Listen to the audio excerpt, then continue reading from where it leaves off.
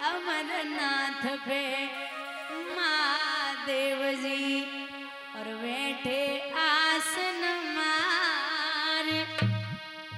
अमर कथा जब लगे सुनाने गौरा गोत्र पुरार उमा के पड़ गए सोता करा दे रो तोता उमा के पड़ गए सोता करा दे रो तोता।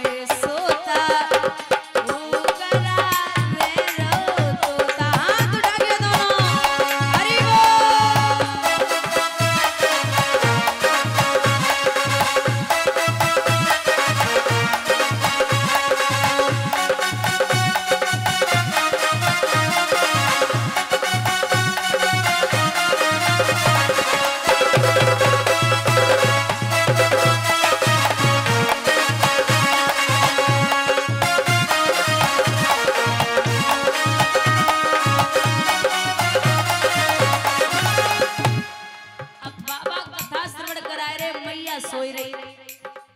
अचानक बाबा को लगा कि एक बार चेक कर लें, देख लें जग रही हैं सो रही। तो जैसे ही देखो सुबह तो सोई रही। बाबा ने उठाओ, बोले जगो। अब दिक्कत ये है कि मैया तो सोई रही लेकिन मुंह की आवाज बराबर आ रही है। जब नींद से गोरा जागी अफसोस हुआ तिवारी।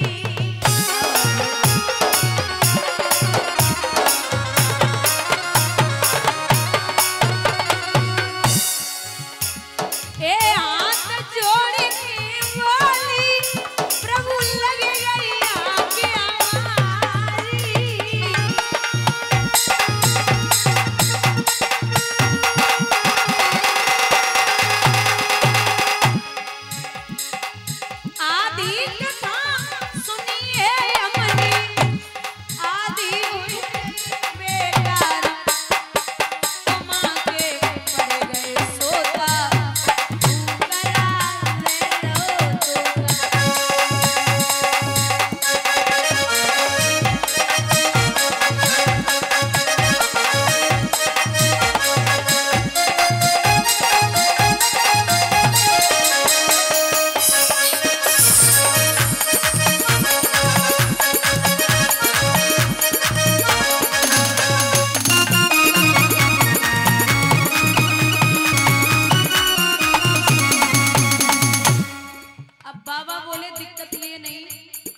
आप सो रही थी, दिक्कत ये है कि कथा श्रवण कौन कर रहा था।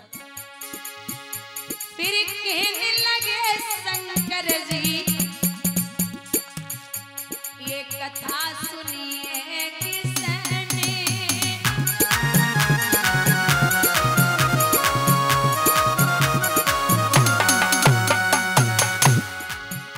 मैं जिंदा नहीं छोड़ूंगा ये दिया करा किसने।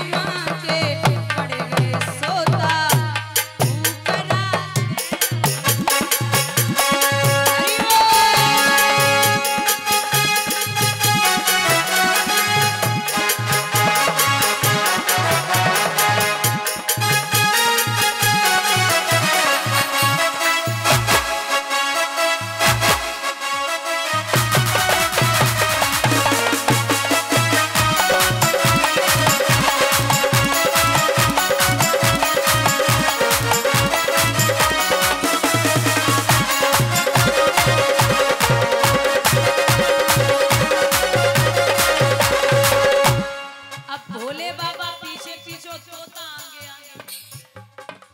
बाबा बोले कहाँ तक उड़ेगा, मुझे भी भोले भंडारी कहते छोड़ना नहीं है। व्यास जी की पत्नी अटे पे खड़ी, अचानक जमाई आई है। ए उड़ते तोता जब पेट प्यास घर आया,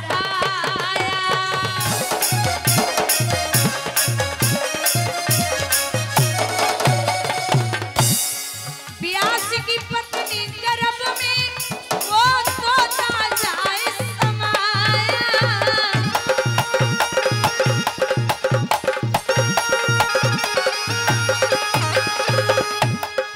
नाम बड़ा सुखदेव जी उसका, है लीला परंपार मां के पड़ गए सोता ऊपरा से रोता।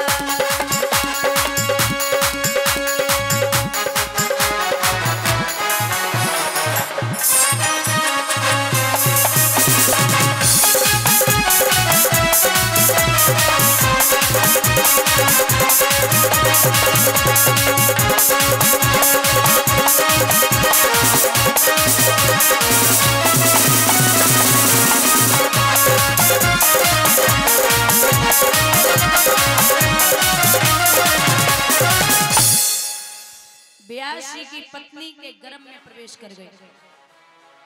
भोले बाबा बोले अरे ओ व्यास जी, अरे ओ व्यास जी। बोले क्या हो गया? बोले हमारे यहाँ से चोर चोरी करके आया है। भोले बाबा की बात सुन के व्यास जी मन ही मन में बोले इतने बड़े धनवान कब तक होगे सो डकैती पज्जे घर में खाए को तो दाने ना आए, वो कह रहे हो डकैती पड़ गई। बोले ऐसा वैसा चोर नहीं है, उसने अमर कथा सुनी है। बोले फिर तो वो अमर हो गया। महाराज बच्चा 9 महीने 9 दिन के बाद पैदा होता है। 9 साल हो गए सुखदेव जी बाहर नहीं आए। 10, 11, 12 साल के बाद गर्भ से बाहर आए। तो जब एक बच्चा पैदा होता है तो रोता है, लेकिन वो पैदा होके न रोए और ना किसी को देखा, सीधे बन के लिए चले गए। एक कहावत तो सुनी होगी कि जो बन गए सो बन गए, जो बन गए सो बन गए, फिर वो बिगड़ने वाले नहीं। सीधे पीछे पीछे व्यास जी, अरे ओ बेटा, अरे ओ पुत्र, अरे मेरे बेटा। पशु पक्षी जीव जंतु कहने लगे ये कितनी बार आपका बेटा हुआ, आप कितनी बार इसके पिता हुए। ये तो लगा ही रहता है जीवन में कि आज आप उनके बेटा, कल वो आपके बेटा। ये तो जन्म मरण चलता ही रहता है। आप क्यों रो रहे हो? पुत्र के लिए परेशान है, ठीक है। बोले लौट आए। व्यास जी ने शिष्यों को भेजा, 4 श्लोक जिनसे 18,000 श्लोक बने, 22 श्लोक सुखदेव जी को दिए। तो सुखदेव जी को बड़े अच्छे लगे, वो वापस लौट आए। यहाँ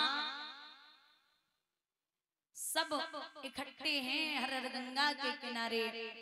वहीं पर सुखदेव जी का आगमन हुआ। सबने खड़े होके उनका स्वागत किया।